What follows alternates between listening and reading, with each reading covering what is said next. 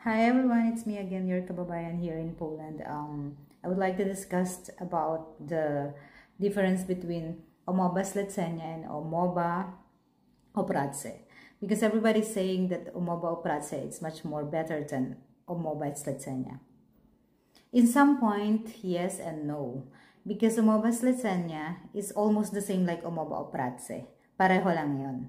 Ang pinagkaiba lang ng umowa o pracy is 1 month yung payment sa'yo.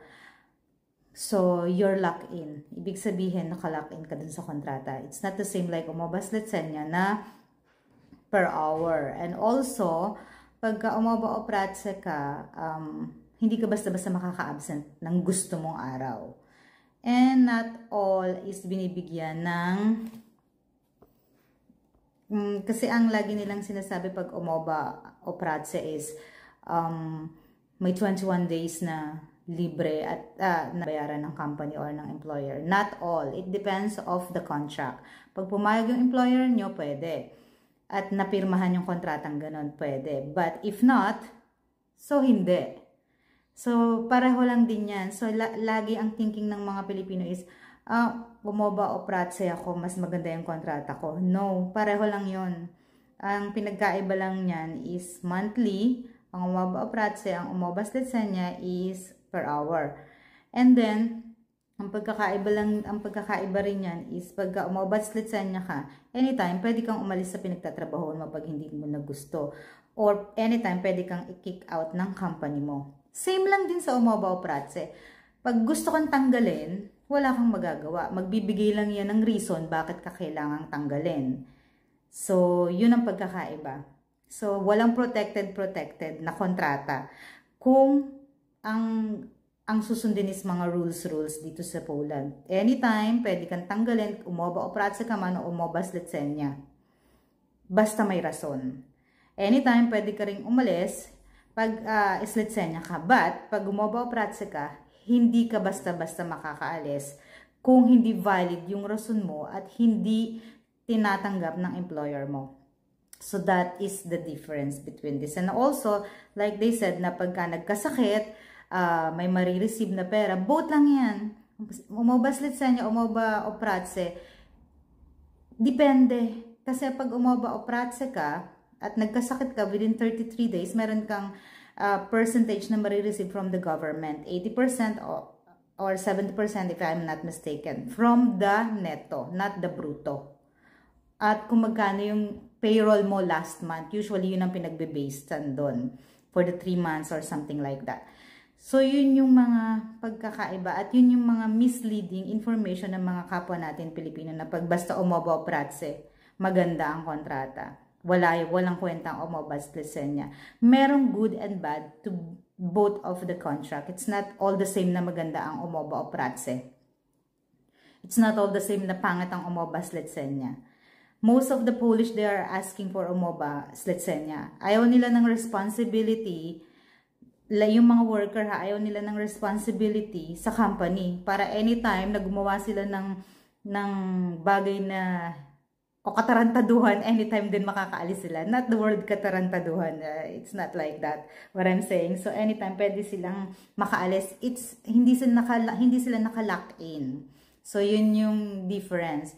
Also, about naman sa sickness, pagka meron kayong sickness, yung na hospital, vacation leave, or whatsoever, kung nag-agree, both parties, or nag-agree, especially the employer, or yung company ninyo, na yung medical insurance ninyo is babayaran, pati kayo nag-agree on that. So, makaka-receive kayo ng monthly payment from the SUS. But, yun is kung ano yung sa kontrata ninyo at kung ano yung naka-declare sa SUS na neto. Okay? So, hindi pare-pareho. Mayroong mga rules din dyan na sinusunod. So, mostly, hindi mo makikita yung nakapost sa government.pl or mostly hindi yan sinasabi ng SUS unless tatanungin mo sila or pupuntahan mo sila or you need to ask your accountant what about your contract. Kung ano ba ang nakasaad doon, yun ang sinusunod ng SUS. Okay? That is, pareho lang, like I'm saying, umowa o zlecenia, umowa o pracy, it's the same rules. Like I said, umoba o prace or umoba slitsenya, pareho lang din ang rules yan. Same lang kung makaka-receive ka. Depende lagi yan kung ano yung binabayaran mo at anong binabayaran ng employer mo. So, kung hindi mo naman binayaran yung medical insurance mo at hindi binayaran ng employer mo, so, don't expect na makaka-receive ka ng pera every month kung naka-vacation leave ka. Okay? Sa slitsenya, ganun din yun. So, laging pareho lang ng rules. So, umoba o prace, ang mas maganda lang pag umoba slitsenya ka, may refund every year. May tax refund. Mostly, ang umoba o prace, wala. Or meron man, napakaliit lang. So, lagi nilang sinasabi pag umoba o prace ka, secured ang kontrata mo, secured everything, etc., etc. No. It's the same. So, ang umoba o prace lang, the employer can sue you anytime they want kung may ginawa kayong kalokohan, lalo na't may pinirmahan kayo sa kontrata at napatunayan nila na may kasalanan ka, may ginawa kang katarantaduhan sa company nila, or may mga rules kang hindi sinunod, or may mga bagay-bagay na hindi akma. So, that's it. Same lang din sa, vice versa lang din yan. Same lang din sa employee. Ganon lang din. Pag umobat slitsenya naman, so anytime you can go, change anytime, you can do whatever you want. But, syempre, pag mga Polish yan, madali yan para sa kanila. Pero pag foreigner ka, it takes time to have a work permit. Okay? Huwag kayong palipat-lipat. Hindi porket umabas slitsenya na, ay, lilipat ako, pwede pala yun, ganyan-ganyan. No, it's not like that. Kasi, lagi nyo i-consider ang insurance ninyo, lagi ninyong i-consider ang TRC ninyo, lagi nyo i-consider ang kontrata ninyo, lagi nyo i-consider lahat bago kayo magpalipat-lipat. Kasi hindi lahat ng employer nagbabayad ng insurance, ng tax. Aminin naman natin at hindi, may maraming ganyan dito sa Poland. And secondly, hindi lahat nagbibigay ng TRC. Okay? Kaya minsan pagka nag-a-apply kayo ng work, tinatanong nila, nakapasa na ba yung TRC mo? Or di kaya may TRC ka pa. Mostly, pag may TRC ka, ang bilis. Kasi usually ginagamit lang nila yan. Pag i-startin kayo minsan ng trabaho, kahit na wala pang work permit, which is very illegal. So ngayon naman, tatanungin, nakapasa ba yung TRC mo? Ganyan, ganyan. Tapos pagtatrabahuhin ka na, at the end of the day, hindi ka susweldohan. Illegal ka eh.